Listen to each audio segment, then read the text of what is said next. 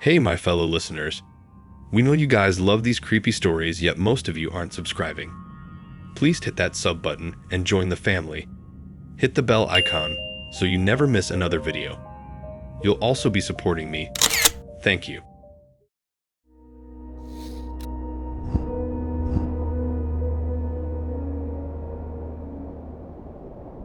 It all started with a paycheck that was a little too good for the hours. The kind of money that makes you ignore the tiny red flags waving in the back of your mind. The job listing was sparse, just a need for a class, a licensed driver with a clean record, and a willingness to work overnight hauls for a private logistics firm with government contracts. I showed up for the interview in a dusty office park in Nevada, a place that felt more like a front for something else. And a man in a cheap suit who never smiled offered me the job on the spot. He said the cargo was sensitive, that discretion was the primary requirement, and that I would be driving a specific, modified rig. I asked what I was hauling. He said it was better if I didn't ask. The first day was orientation, which was just me and the same unsmiling man in a small, windowless room. He handed me a single sheet of paper, laminated, the edges worn soft. "This is your Bible," he said. "You do not deviate. You do not improvise. You follow these rules exactly as they are written, from the moment you take possession of the trailer until the moment you hand it off at the gate." He watched me read it, his eyes like two dark stones. The rules were, to put it mildly, strange. Rule 1. You will be given a specific truck, always the same one. Unit 734. You will perform a full visual inspection of the vehicle before hooking up the trailer. If you see any new scratches, dents, or markings on the cab that were not there the previous run, you will report it immediately and your shift is canceled. Do not touch the markings. Rule 2. The trailer has no doors. The cargo is loaded and unloaded by personnel at the facilities. Your job is only to move it. You are never, under any circumstances, to attempt to look inside the trailer. You are never to tap on the walls or interact with the trailer in any way beyond hitching, driving, and unhitching. Rule 3.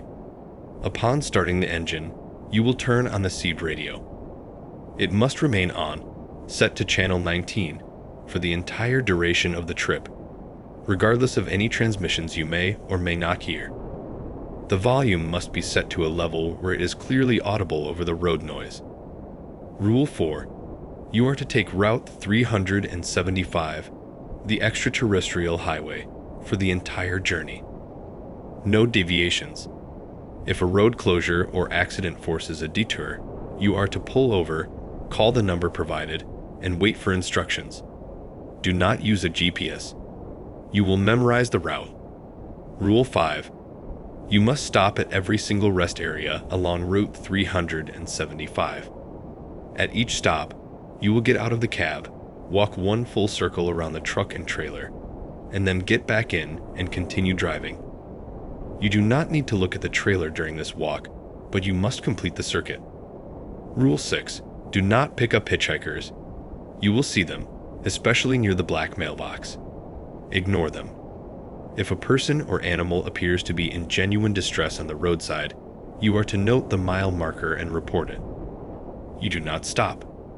Rule 7, the most important rule. You must never, for any reason, look at the trailer through your rearview mirror. You must remove the adjustable mirror on the driver's side and fix it so it only shows the side of your own cab. The main rearview mirror above the windshield is to be angled upward, showing only the sky. You will rely solely on your side mirrors for driving.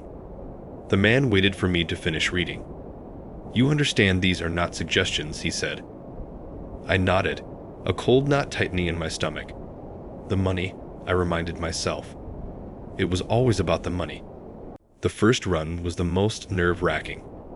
Unit 734 was an old Freightliner, its paint a dull, nondescript gray. It looked ordinary, but it felt heavy, even before I hitched the trailer. The trailer itself was a standard 48-foot refrigerated unit, but it was wrong. It was too quiet. The refrigeration unit on the back was a dummy, just a hollow shell of metal with no compressor. And it was cold, a deep, penetrating cold that seemed to radiate from the metal itself, making the air around it shimmer on a hot Nevada day. I did my walk around, my heart hammering against my ribs. No new scratches. I hooked up the air lines and electrical, climbed into the cab, and started the engine. The Seeb radio crackled to life with the usual static and distant, fragmented chatter of other drivers. I pulled out onto the empty highway, the sun setting behind me, painting the desert in shades of fire. I had angled the mirrors as instructed, creating a strange blind spot behind me. I felt a constant, nagging urge to just glance up, to see what was following me. I fought it down. The first rest stop was just a pull-out with a trash can. I stopped, got out, and walked my circle. The silence out there was absolute, broken only by the ticking of the truck's engine as it cooled. I didn't look at the trailer, but I could feel it, a silent, cold monolith in the desert night. It felt like it was watching me. I got back in and drove on. The Seeb radio sputtered. Between bursts of static, I heard a voice, low and guttural, not speaking words, but just a series of clicks and groans. It was probably just interference, some weird atmospheric phenomenon, but it made the hair on my arms stand up. I kept driving. Near the famous black mailbox, I saw my first hitchhiker. A tall, lanky figure standing just off the shoulder, face obscured in shadow, one arm held out with a strange, stiff rigidity. I sped past, my eyes fixed straight ahead. In my peripheral vision, I saw the figure did not turn to watch me go. It just stood there, a silent sentinel in the vast emptiness. The rest of the run was a blur of tension and forced focus. When I finally reached the gate at the facility, a place that was just a blank, concrete building set into the side of a mountain, I felt a wave of relief so strong it left me dizzy. Men in black uniforms, with no insignia, emerged and took possession of the trailer. One of them scanned my eyes and took my paperwork. He gave me a single nod. That was it. I was done. I drove the empty cab back to the depot, the truck feeling light and normal again. This became my life. 3 runs a week, always the same route, always the same strange rituals. I got used to it, in a way. The human mind can normalize anything, given enough time and a fat enough paycheck. The weirdness became routine. The clicks on the Seeb radio became background noise. The hitchhikers, who were always there, always the same stiff posture, became just another part of the scenery. I stopped thinking about what was in the trailer. It was easier that way. Then, about 6 months in, something changed. It was a Tuesday run, I think. The desert was preternaturally still. I had just passed the halfway point and pulled into one of the larger rest areas. I got out to perform my ritualistic walk. As I was rounding the front of the truck, I saw something on the grill. It was a small, dead bird, a sparrow maybe. It was stuck there, not from the impact, but because it had frozen to the metal. Its tiny body was encased in a thin layer of frost. That was impossible. It was 70 degrees outside. A cold dread, different from the usual low-grade anxiety, began to pool in my gut. I got back in the cab and continued driving. An hour later, the Seeb radio, which had been silent except for static, suddenly cleared. A voice came through, crystal clear. It was a child's voice, a little girl. She said, "He's sleeping now. You should be quiet." Then static returned. My blood ran cold. There were no other trucks on this frequency, not out here. I gripped the wheel tighter, my knuckles white. I broke a rule then. Without thinking, my eyes flicked up to the rearview mirror I had tilted to the sky. For a split second, I saw the reflection of the road behind me and the front of the trailer, and I saw something else. Etched into the frost-covered metal of the trailer doors, a phrase was scrawled, as if by a giant, invisible finger. It said, "He is lying." I wrenched my eyes away, my heart trying to beat its way out of my chest. I slammed the mirror back into its upward position. I didn't stop. I couldn't stop. I just drove, faster than I should have, the engine groaning in protest. The rest of the trip was a nightmare of heightened paranoia. Every shadow seemed to move. Every gust of wind sounded like a whisper. When I handed off the trailer, the guard looked at me for a moment longer than usual. "You feeling all right, driver?" he asked. His voice was flat. I just nodded, unable to speak. He took the paperwork and waved me through. The next run, I was a wreck. I almost called in sick, but the fear of losing the job and the questions that might arise kept me going. The pre-trip inspection was clean. The hitch-up was normal. But when I started the engine, the SEEB radio was dead silent. Not even static, just a void of sound. It was worse than the voices. The silence felt heavy, expectant. I drove the first leg in that oppressive quiet, jumping at every creak of the truck. I reached the first rest stop and forced myself to get out. The walk around the truck was agony. I kept my eyes glued to the ground, but I could feel the trailer's presence, a mountain of cold dread. As I was about to get back in, I saw it. On the dusty ground next to the fuel tanks, there was a footprint. It was long and narrow, with only 3 toes. It was fresh. I scrambled into the cab, locking the doors, a childish gesture that felt utterly meaningless. I drove like a man possessed. I skipped the next 2 rest stops. I just couldn't do it. The thought of getting out of the truck, of being exposed next to that thing, was unbearable. I saw one of the hitchhikers. This one was different. It was looking directly at the truck, and its arm wasn't outstretched for a ride. It was pointing. Pointing at me, or maybe at the trailer. Its face was still a shadow, but I felt its gaze like a physical weight. That's when the banging started. A low, rhythmic thudding from inside the trailer. Not a frantic banging, like an animal trying to get out. It was slow, deliberate, like a giant heartbeat. Thump, thump, thump. It was so loud it vibrated through the chassis, up through the seat, and into my bones. The silent SEEB radio crackled once, and a voice I recognized as the unsmiling man from my interview spoke, his voice strained, a razor's edge from panic. He said only 2 words: "Do not stop." I pressed the accelerator to the floor. The desert was a blur. The banging continued, a horrifying metronome keeping time with my racing heart. Each impact a physical jolt that traveled up the chassis and into the very core of my being. A deep bass note that seemed to vibrate my teeth and my skull. It wasn't random. It had a pattern, 3 quick strikes, a pause, then 2 slower, heavier ones, over and over, a code I was too terrified to decipher.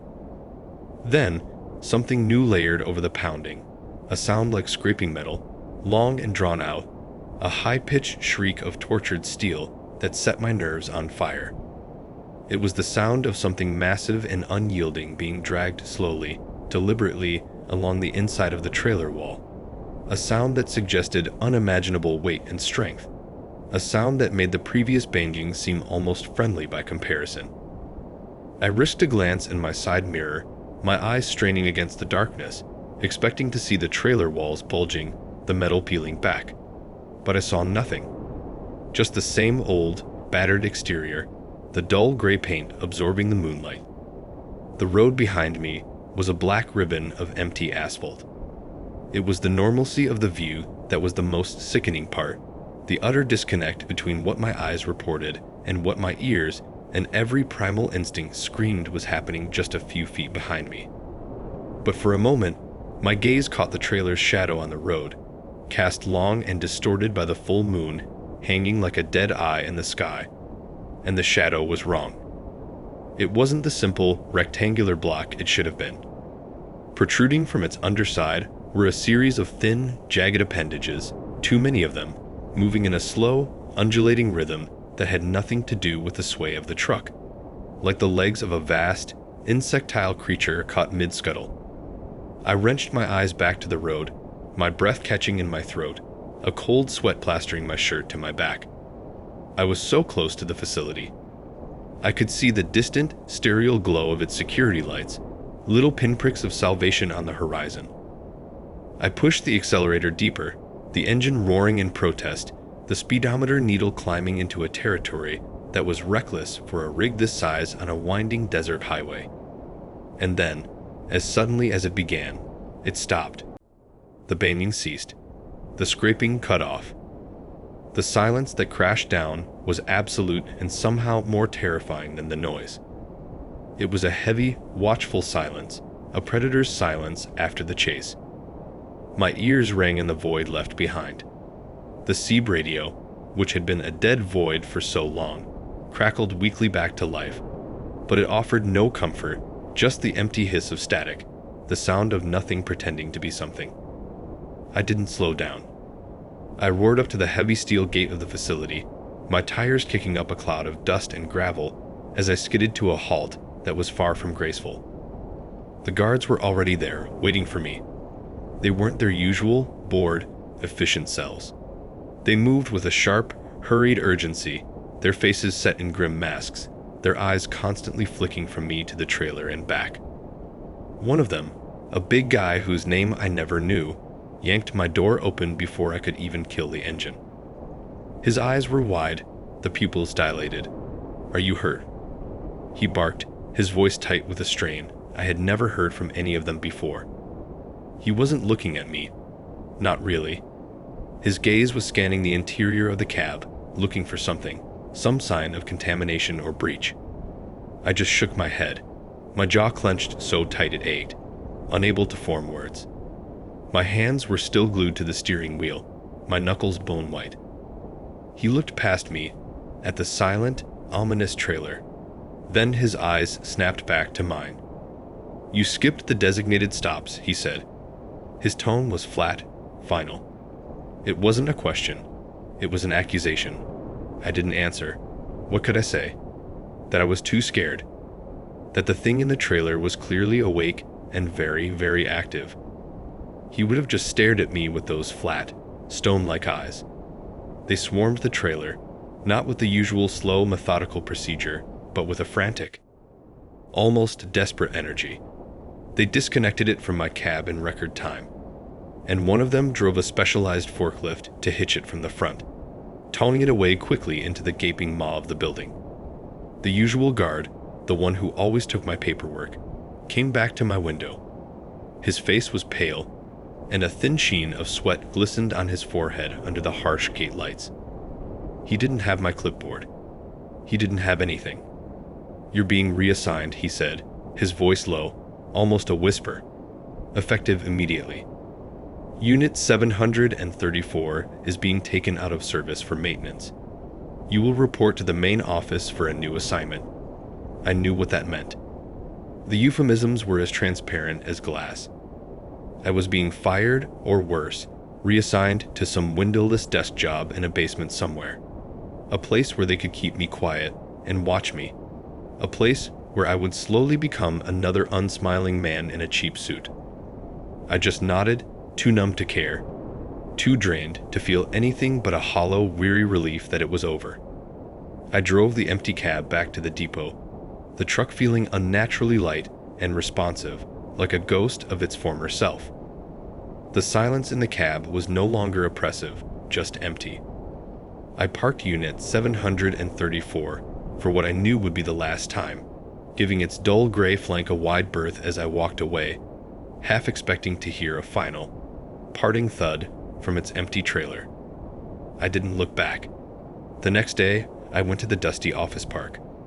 The unsmiling man was there, sitting behind the same cheap desk. He didn't mention the previous night. He didn't ask for a debriefing. He simply told me my services were no longer required for the long-haul division. His words were clipped, rehearsed. He said they had a local courier position open, running pallets of water and dry goods between Las Vegas and Reno. It paid half as much. I took it. I didn't hesitate. I would have taken a job scrubbing toilets if it meant I never had to see that stretch of highway or that particular trailer again.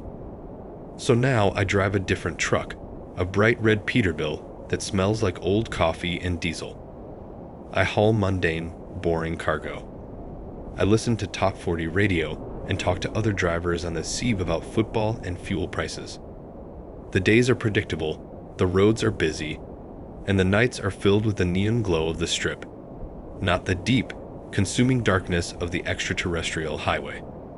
It's boring. It's normal. I should be happy. I have a normal life again. But I'm not. Because the memory of that thing is a stain on my mind, a splinter in my soul that I can't dig out. And then, last night, it started.